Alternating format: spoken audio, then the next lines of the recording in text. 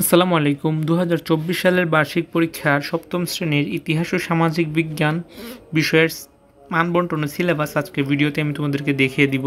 এই সিলেবাস এবং মানবন্টনের উপর ভিত্তি করে তোমাদের সামনের বার্ষিক পরীক্ষাটি অনুষ্ঠিত হবে।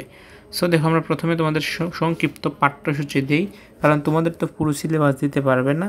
সো তারা শর্ট করে দিয়েছে যে এই সাবজেক্টগুলোর ভিত্তিতে, এই বিষয়গুলোর ভিত্তিতে তোমাদের পরীক্ষাটি হবে।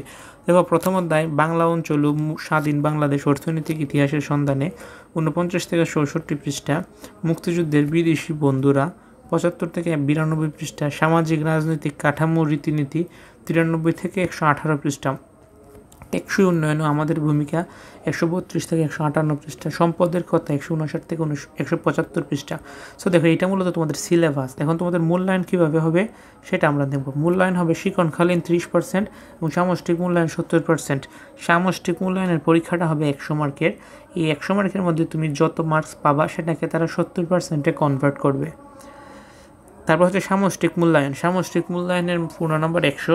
কী কী থাকছে দেখো, বহু নির্বাচনী প্রশ্ন ও এক কথায় উত্তর 15টি থাকছে, বহু নির্বাচনী এবং এক কথায় উত্তর থাকছে 10টি, মোট 25টায় 25 মার্ক। সংক্ষিপ্ত প্রশ্ন 2 মার্ক করে 10টি, 20 মার্ক। দৃশ্যপট বিহীন রচনামূলক প্রশ্ন 5টি থেকে 3টি দিতে হবে, 5 মার্ক করে 15 মার্ক। দৃশ্যপট নির্ভর রচনামূলক প্রশ্ন থাকছে, প্রতিটি দৃশ্যপটের বিপরীতে 2টি অংশ থাকছে। প্রথম অংশে 3 মার্ক, দ্বিতীয় অংশে 5 মার্ক। মোট একটা প্রশ্নে 8 মার্ক থাকছে। 60টির মধ্যে 5টি দিতে হবে। 60টির মধ্যে 5টি দিতে হবে, 8 মার্ক করে 5 40 মার্ক। সো এটা হচ্ছে মোট 2.5 ঘন্টার পরীক্ষা হবে। আর MCQ আর এক কথায় উত্তরের জন্য হবে তোমার 30 মিনিট সময় দেওয়া হবে 25 মার্কের জন্য। মোট 3 ঘন্টার সময় হবে 100 মার্কের পরীক্ষাটা। এখান থেকে 100 নম্বরের মধ্যে শিক্ষার্থী প্রাপ্ত 70%-এ কনভার্ট করা হবে, যে বিষয়টা আমি আগে বললাম তোমাদেরকে। শিক্ষণকালীন মূল্যায়ন কী দেখো, শিক্ষণকালীন মূল্যায়নটা তোমাদের ক্লাসে করা হবে।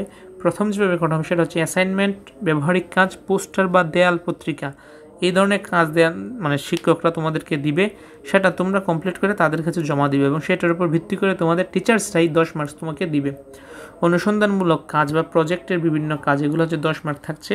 এখানে দেখো নমুনা আকারে দেওয়া দিচ্ছে, আসলে এইভাবে তোমাদের নমুনা আকার থাকছে, তোমাদের বইয়ে থাকবে, সেই বই থেকে তোমাদেরকে এই কাজগুলো করতে হবে। দেখো, শ্রেণীর কাজ মানে একক কাজ, চক পূরণ, বাক্স পূরণ, ফ্লো চার্ট, সেইগুলোর উপর থাকছে আরও 10 মার্ক। তারপর হচ্ছে মোট 30 মার্কের পরীক্ষাটি এইভাবে তোমাদেরকে দেওয়া হবে। পরীক্ষা বলতে কি, মানে এগুলো কাজ করবা শিক্ষণকালীন, আর এখান থেকে তোমাদের 30 মার্ক দেওয়া হবে, যে যত পাওয়ার কি কাজের উপর নির্ভর করে। আজকের মতো এই পর্যন্তই। ভিডিওটি অবশ্যই শেয়ার করবে তোমার ফ্রেন্ডসদের কাছে, যেন তারা দেখে উপকৃত হতে পারে। আমাদের চ্যানেলে নতুন হলে সাবস্ক্রাইব করে পাশে থেকে নোটিফিকেশন বেল আইকনে প্রেস করবা, যাতে আমাদের পরবর্তী ভিডিও সবার আগে তোমার কাছে চলে যায়। আজকের মতো এই পর্যন্তই। আল্লাহ হাফিজ।